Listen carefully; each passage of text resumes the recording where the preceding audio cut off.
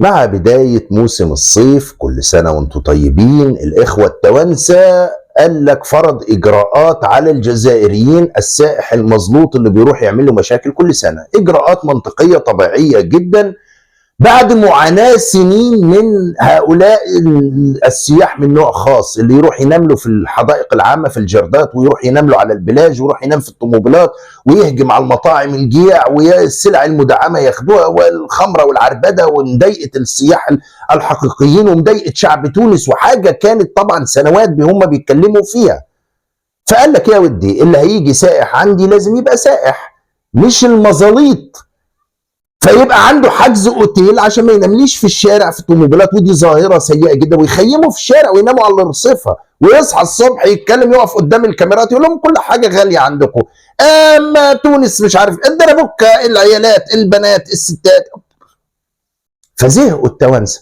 لو المصيبه انه يتمنن عليه يقول له ارسلنا لكم مليون سائح وانتهى. فتونس فرضت اجراءات وده حقها، وعلى فكره دول كتير عامله كده، ان لازم اي حد رايح سياحه تيكت طياره وحجز اوتيل حتى لو مفيش فيزا من البلدين، ده لازم. امال انت رايح تعمل ايه اذا معكش 8 اوتيل؟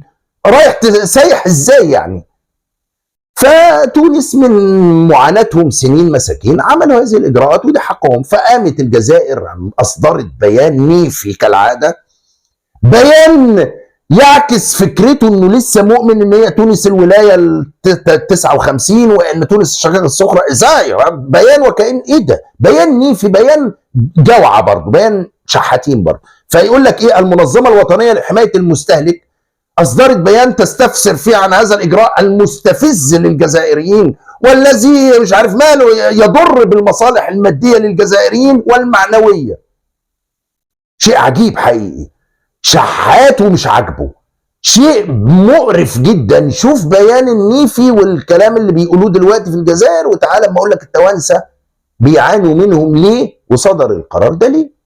في سابقة خطيرة من طرف السلطات التونسية تجاه الجزائريين وسط ردود أفعال رسمية وغير رسمية على الخرج التي وصفتها منظمات وطنية حكومية في الجزائر بأنها استفزاز واضح للجزائر والجزائريين ومساس وتعدي واضح على كرامة الجزائري. وجاء هذا بعدما منعت السلطات التونسية دخول الرعايا الجزائريين أراضيها تزامنا مع بداية موسم الاصطياف في سابقة خطيرة، واضعة شروطا وصفت بأنها إهانة كبيرة للجزائري على الأراضي التونسية. وعبرت المنظمة الوطنية لحماية المستهلك في بيان لها عبر صفحتها الرسمية عن استيائها. السلام عليكم ورحمة الله وبركاته. بخير، لباس عليكم، كل سنة وانتم طيبين. بدأ موسم الصيف وتونس لأنها تعاني من المزاليط سنويا، الجياع اللي دائما يقفوا يتكلموا عن الفلوس والغلا وما غلا ما النساء والعيالات وجايين نسكر ونفسد وعايز كل حاجة فابور، دائما تلاقيه بيتكلم ماديا، وكأن السياحة دي المفروض يدعموه. يعني المفروض الحكومة التونسية أول ما تلاقي مظلوط جاي قرقور، أهلا قرقور تعالى، يسكنوه في الأوتيلات بلاش، حاجة حيواناتي خالص يعني. فتونس من عانوا كتير على فكرة، واسأل أي تونسي واكتب كده الأخبار وشوف، بيروحوا يناموا على البلاجات على الشواطئ ويخيموا ويعملوا بيبي وحاجة تحس غنم، وفي الجردات في الحدائق العامة، ويعملوا خيم جايبين معاهم التخييم ده، ويروح يخيم في الزنقه، ويصحى الصبح ما ياكلش غير الحاجات الرخيصه، اكله كده رخيصه عندهم قالوا لي اسمها الاخوه التوانسه نسيتها، رخيصه وبس، ويسكر البيره وبالليل يعربد ويدخل اذا لقى مكان شاطئ ولا بتاع فيه سياح اجانب يقل ادبه عليهم ويقل ادبه على التوانسه، وبالليل يحيح ويعربد، وحاجه قذره جدا. ومش بس كده، لا، الجزائري يتمنى حاسس ان هو كده انا جيت لكم عشان ادعم الاقتصاد، انا هنبعت لكم مليون سائح لدعم الاقتصاد زي ما قالها هذا اللي عبد المجيد السنه اللي فاتت، وقام باعت لهم 10,000 ولا 20,000 جعان مرمدوهم بهدلوا التوانسه. والله العظيم التوانسه ضجوا منهم ويا ريتهم بيشكروا في الاخر. لا، الغلا والشفاره الحراميه البتاع النصابين المعرفش ايه، ما لا يشكرش ابدا. الغلا وانت سائح مظلوط هيعمل لك ايه؟ وانت المفروض يدعم لك السياحه. السياحه على فكره عمرها ما كانت مدعومه في اي دوله من الدول في العالم كله. بيدعم الغذاء، بيدعم الدواء، بيدعم التعليم، بيدعم المواصلات، بيدعم حاجات لشعبه، انما ما بيدعمش سائح. ادعم السياحه ليه انا؟ مظلوط يا عم، اقعد في بلدك، ما عندك هناك الشواطئ، روح منكو فيكو. لا، فالتوانسه لما لقوا الوضع كده وعانوا منهم كتير، ويجي ياخد السلع المدعمه وهو ماشي، ويجي يتضربوا في المطاعم ويطيحوا السياحه، هم اللي عملوا ازمه السياحه في تونس سببها هم دول. مين سائح اوروبي هيجي يقعد في تونس ويلاقي قدامه قرقور حشاكم زي البهيم عمال يبرطع ويقول لك اهو شوف التوانسه بيقولوا ايه، اهو شوف التوانسه بيقولوا ايه. يا اخويا كي عندكم انتم سياحه في بلادكم اقعدوا في بلادكم، وعلى جايين لتونس؟ من فضلكم السب والشتم وتونس بها ما تجيهاش تونس، وانتم شادين الصف قدام في الحدود تتوصلوا الدخول. اي من فضلكم هيك السب والشتم تونس تتوانسه وبلادنا، واحنا احرار. احنا ما نحبكمش، الوتله مسختوها بلادنا، مسختوها. انا بعينيا، مش قالوا لي، بعينيا نشوف الجزائريه ينقزوا في البيسين بحوايجهم ويقلقوا في التوريست، وكلام الخايب وكلام السفاهه وكلام اللي ما يصلحش. ولذلك هو يقول بيقول لك بينقص في البسين بحوايجه بهدومه، ينقص في السائح اللي قاعد يتفرج على المنظر ده ايه ده؟ ما انا يتضايق ما يجيش تونس تاني.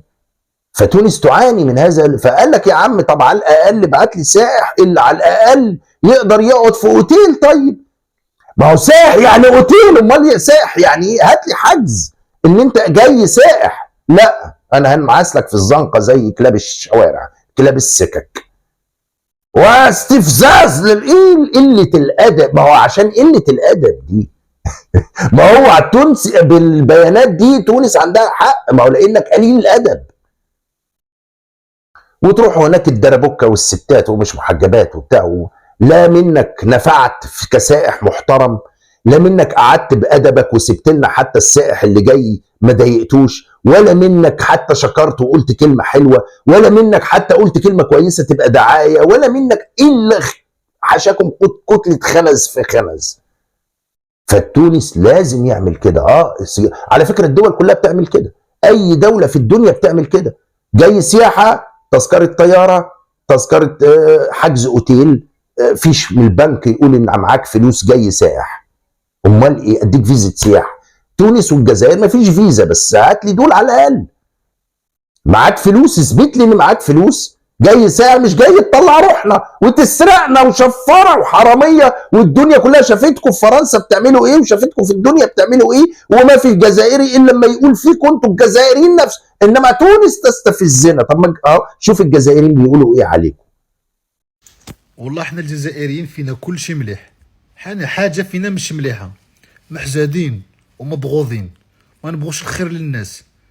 احنا الجزائريين دايرين كيما هكا، على الله غالب، من عند ربي دايرين كيما هكا.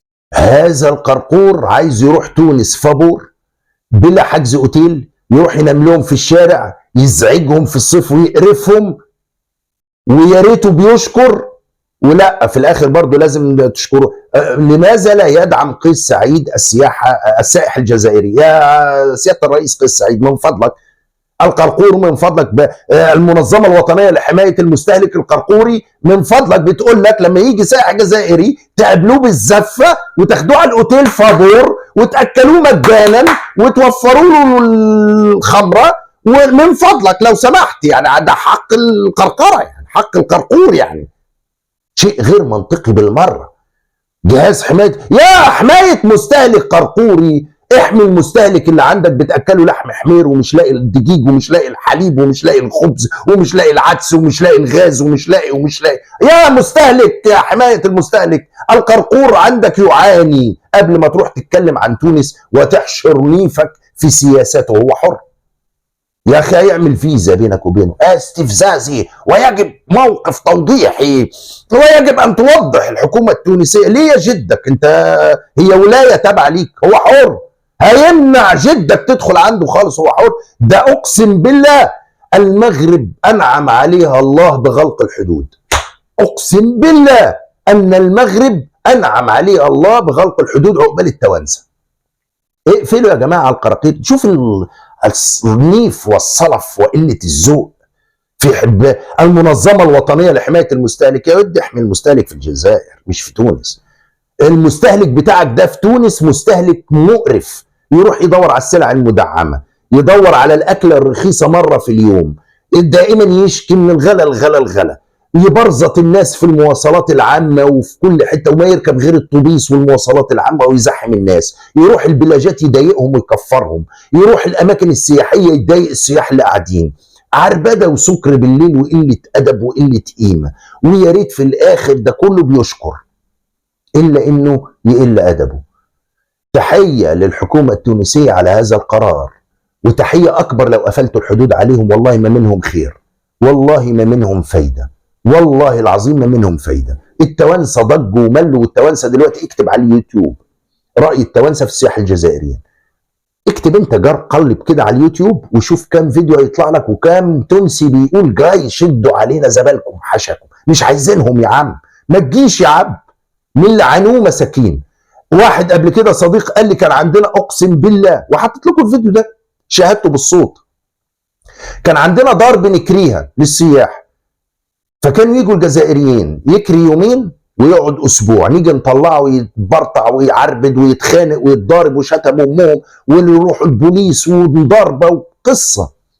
فيقول لك بطلنا نكري الجزائريين. نص او ثلاث ارباع الناس اللي عندهم ديور بيكروها للسياح في تونس ما بيرضاش يكري الجزائريين، فلا كراء الديور بيكروها الجزائريين لانه ظلمطحي، واذا هيدفع هيبهدل لهم الدنيا ويخنزها لهم ويبهدلها ويخربها ويعمل مشاكل، يا اما يروح ينام لهم في الشارع.